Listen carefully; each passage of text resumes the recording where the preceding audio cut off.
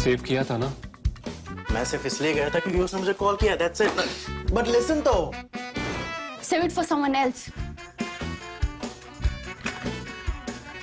जिंदगी में सेव करना जरूरी है, मगर जब बात पैसों की हो, सिर्फ सेविंग से काम नहीं चलेगा। इक्विटी म्यूचुअल फंड्स में इन्वेस्ट कीजिए और अपने सेविंग्स को आगे बढ़ने का मौका दीजिए। Mutual fund investments are subject to market risks. Read all scheme-related documents carefully.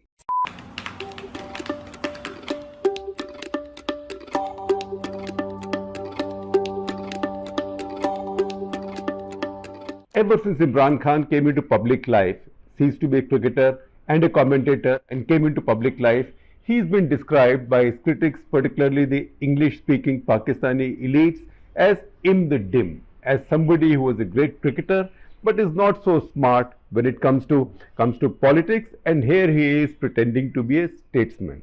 In this week's National Interest, we are counterintuitive. We are taking a line that's counterintuitive. We are no fans of Imran Khan, the politician. We were great fans of Imran Khan, the cricketer, as long as he was not playing against India, obviously. But no fans of Imran Khan, the politician, because he's gone into many unexpected ways which have confounded his friends and his adversaries, also his friends and critics as well. But in the week when he's just survived an assassination attempt, and after that many of the significant developments have taken place, this is not the time to justify somebody calling him in the dim. Not because you don't hit at somebody who's already hurt physically and who's already survived an assassination attempt, but because all his moves so far have shown that when it comes to hard politics, he's anything but dim. He is in fact somebody which in this week's National Interest we are describing as in not so dim. In fact, also explaining why it had to be a reckless Imran Khan to threaten Pakistan's establishment. Now, conspiracy theorizing, as we know, is a national obsession in Pakistan, as is cricket punditry. At least the second part they share with us Indians as well. We are not such conspiracy theorists because we know 5 years elections take place. There are many conspiracies within parties and things, but no conspiracy as to who will take over tomorrow, what will the boys do. Boys in Pakistan means usually the generals in GHQ, in the general headquarters, the Pakistan Army. Thursday's failed attempt on the life of Imran Khan will surprise both, would confound both the most consummated pundits of politics, Pakistani politics, as well as cricket. Political conspiracy, you might say, we understand, but why drag cricket into this? We will explain that in just a while. First, the 5 things with this latest term that do not fit with the usual military politico intrigues in Pakistan. And you know what? We put military ahead of the hyphen and political after in Pakistan. At least as yet, I don't know if things might change. So here are the 5 issues. Number 1, political assassinations are routine in Pakistan, and invariably the army is involved directly, as was the case with Zulfikar Ali Bhutto, or through its proxies, as was the case with his daughter Benazir Bhutto much later. What isn't routine is a failed assassination attempt. Mostly all coup attempts in Pakistan succeed, and most assassination attempts succeed also. There's been one or before that failed, but that isn't the pattern. So why did this one fail? That's the first question. The second question, after every assassination attempt, either the target goes 6 feet under, that means he's dead and buried, or one who survives, the rare one who survives, becomes a perfectly well-behaved chap or lady. That's the kind of language that armies of the subcontinent like to use. That's the kind of English they prefer. Nobody dares raise a finger at the army. Number 3, Pakistani mobs are bigger, angrier and recklessly more violent than anything we've seen here in India, at least not in a very long time. They can ransack the most protected establishments, including the United States Information Service, which is a wing of the US Embassy in Islamabad. They did so while once protesting against Salman Rushdie's book. Rushdie is a native Indian who lived in Britain then, so why ransack the US Embassy? That's a moot question, but don't ask them that question. They did a thorough job of it though. 2 years back, they came similarly close to sacking the French embassy in Islamabad, now protesting against French President Emmanuel Macron's comments on Islam after the murder of Samuel Paty, the French school teacher, for which a young Chechen teenage Muslim was arrested. Politicians and cricketers' homes, places of worship, all are fair game. What they haven't threatened as yet was an army establishment of any size, least of all the residence of a corps commander.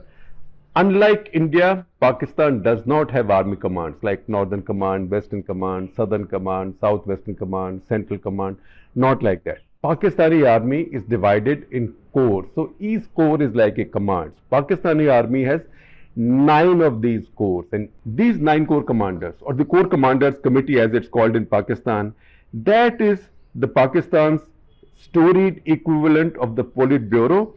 Even the chief has to defer to it. Even the chief in the army, before taking any decisions, defers to this committee of corps commanders. Nobody messes with the corps commander, least of all that of the mighty Peshawar Corps. Now you might ask me, why is Peshawar so powerful, or why is Peshawar so important? Because Peshawar is quite far away from Indian borders. There are corps that are closer to Indian borders, and they are also looking at India more closely, or they are facing India. Mangla, for example, in the Kashmir sector, or Sialkot, or Lahore, or Multan in the central sector or the desert sector. These are corps which are focused on India. Rawalpindi, after all, the headquarters is there as well. But Peshawar is very significant and powerful. One, because it watches all of the Afghan border, and Afghan border, as you know, is disputed, because no ruler in Afghanistan in 120 years since the Durand line was drawn, in which Pakistan wants Afghanistan to accept, but no ruler of Afghanistan, including the Taliban, have accepted it. So this corps has to watch it. Second, this is also the corps that watches closely a lot of the backroom operations of Pakistani India-centric terror organizations, whether it's Lashkar or Jaish even more than Lashkar. Remember also, where was Osama bin Laden found? He was found in the frontier region. Remember also, where did Indian Mirages, after the Pulwama attack, go looking for a Jaish camp to throw missiles at it? That was also area under this vital command. Further, this command also is in charge of Pakistan's most important and the most threatening insurgencies, particularly Tehreek-e-Taliban Pakistan, or the Pakistani Taliban as we call them, and also several other Pakhtun insurgencies, particularly against the Waziristanis. So the corps commander of Peshawar has an internal role, external role, is a very important question. While protests broke out in many parts of Pakistan, the fiercest were in Peshawar, where tens of thousands laid siege on corps commander's home. They chased away army troops, defied firing, and set up a chant we are getting used to hearing in Pakistan. Ye jo dehshat gardi hai, iske piche vardi hai. Loosely translated, this means, so where do you think this terrorism came from? Who's responsible for this terrorism? This is the uniform. This is the khaki uniform. That is the army. Now, we had heard this chant in the past occasionally before, and sometimes it did rise in opposition leaders' public meetings. But when that happened, leaders were at pains to quickly squash it, say, no, don't do it. We hold the army in the highest regard. This is a venerable army that fights to protect Pakistan's territory, Pakistan's interests, liberate Kashmir, hopefully, etc., etc. But no Pakistani politician ever encouraged it, because they knew they could not afford it. They had to keep the army on the right side. So our third question, therefore, is, why has the army lost its immunity? So once again, the first question was, why did the assassination attempt fail? Second question, after the failed assassination attempt, why didn't Imran Khan and his people actually go squealing to the army, saying, look, thank you very much, maybe aapki wajah se hum bach gaye, maybe we survived because of you. They didn't do anything of the sort. And number third, why has the army lost its immunity to mob power? Now political mobs, politicized mobs, are attacking the army corps commander's home in Peshawar. Never mind that in Khyber Pakhtunkhwa, the province in which Peshawar is located, or is the capital of, it is Imran Khan's party that's in power. They are in power in Punjab also, where he was attacked. Now go back to Pakistani media headlines. That's the fourth point. Go back to Pakistani media headlines in the period leading up to the assassination bid. One of his key lieutenants had already named the men likely to be planning his assassination. Top of the list was Major General Fazal Nasir, whose house was, if we might use a more familiar Indian expression, gherao now by mobs. People who blame top army generals or ISI chiefs for assassinations are usually chroniclers and contemporary historians or even journalists living safely overseas. Usually they are foreigners or they are Pakistanis in exile. Although, as some recent events show, including this assassination attempt over a Pakistani dissident in the Netherlands that we covered, and you will see a screenshot of that story on my screen. I will also share a link with you. An exile is no guarantee of safety. It was only earlier this week that agents connected with the ISI were charged in Britain for this attempted assassination in the Netherlands. So how come key people around Pakistan's most popular but out of power political leader are daring to accuse top generals of plotting assassinations now? That's a mystery. So this was our fourth question. The fifth and the last is an issue we discussed in detail in our last week's National Interest. If the chief of the ISI now has to hold a press conference to defend himself and his institution, the army, and attack the ex-prime minister who earlier they selected and had appointed as prime minister, then they had him fired using the same methods of hook by hook or crook. That means something has changed in Pakistan. These things don't happen. That means for the first time the army in Pakistan is fearful of popular opinion and a popular politician. That we said last week. The fifth question that follows from this therefore is, even after those dire warnings and open declaration of hostility by the GHQ, why didn't Imran do the usual wise thing and cut his losses by suspending his march on Islamabad? In fact, if you now look at satellite pictures over Islamabad, it looks like, as somebody said on Twitter, a Pakistani who I follow, who said that, look, if you see the satellite pictures, looks like there are more containers around Islamabad than maybe at the port of Karachi, but if not the port of Karachi, definitely a lot more than you might find at the port of Gwadar, where the Chinese are building far in the west.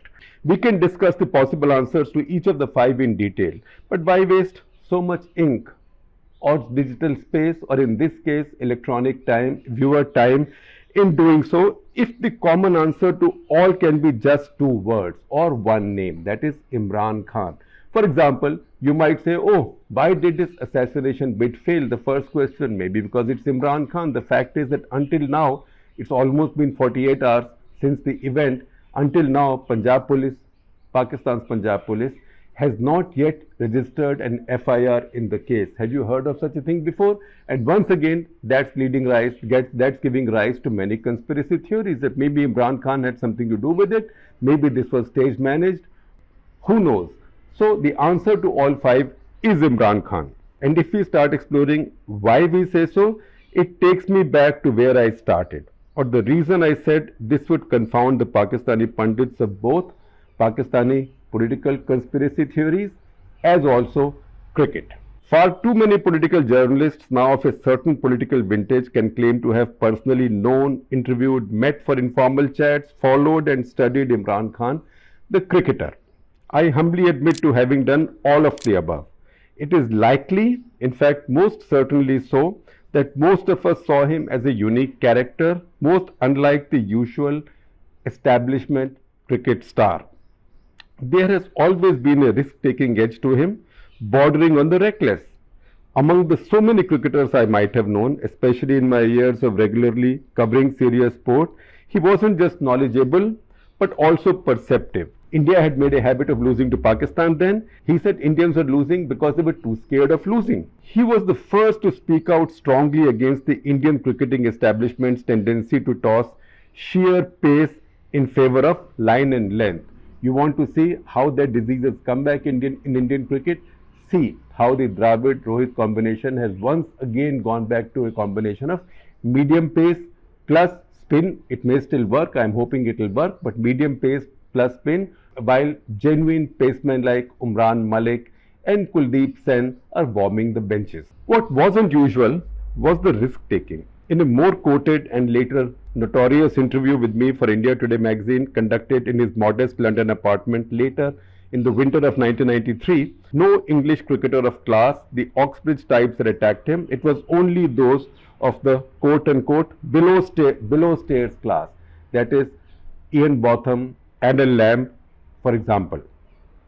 Both Botham and Lamb sued him for libel, because until then even I didn't know what does below stairs class mean in Britain. Below stairs class actually refers to people who might be working in a rich household, household helps, which in traditional old English constructed houses would live in the tiny cramped space, would sleep below the staircase, a bit like the kind of servant quarters you find in our high-rise apartment buildings these days. So he said it's only people of the below stairs class, that is Alan Lamb and Ian Botham, who are complaining. People of class, Oxbridge types, are not complaining. So Botham and Lamb both sued him. And you know, the British libel law, English libel law, is a very tough, very nasty libel law. Imran and his wife Jemima were calling me to go and say I misquoted him. Imagine calling a journalist and say, look, can you come to the court and say you misquoted me, otherwise I'll be ruined.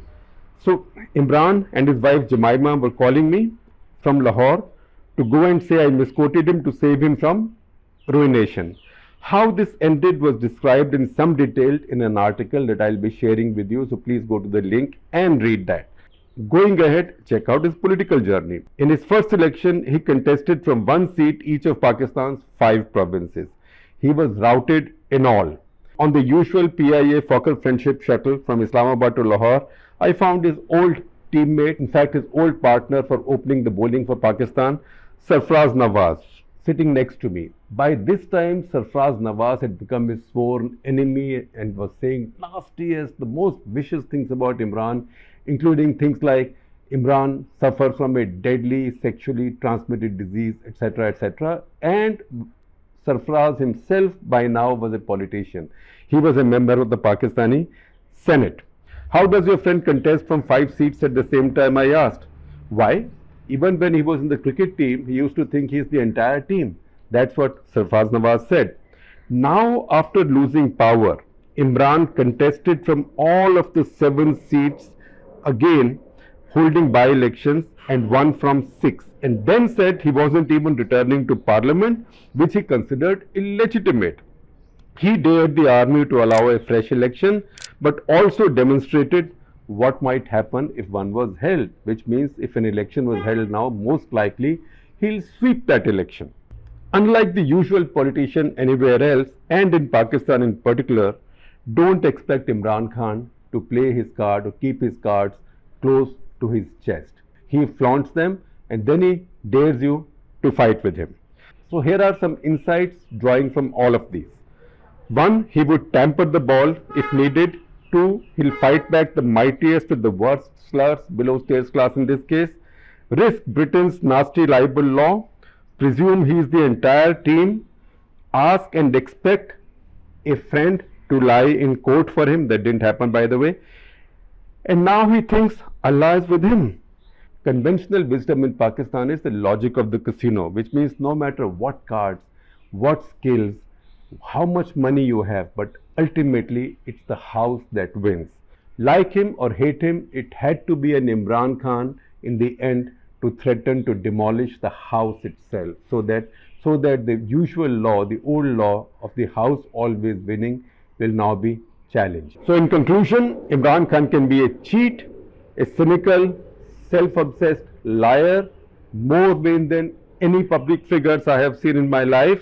It's just that he isn't and never was in the dim that is Pakistani critics called him. He may in fact be in the demolisher. What he'll demolish is something that we don't know as yet, nor can we hazard a guess on it.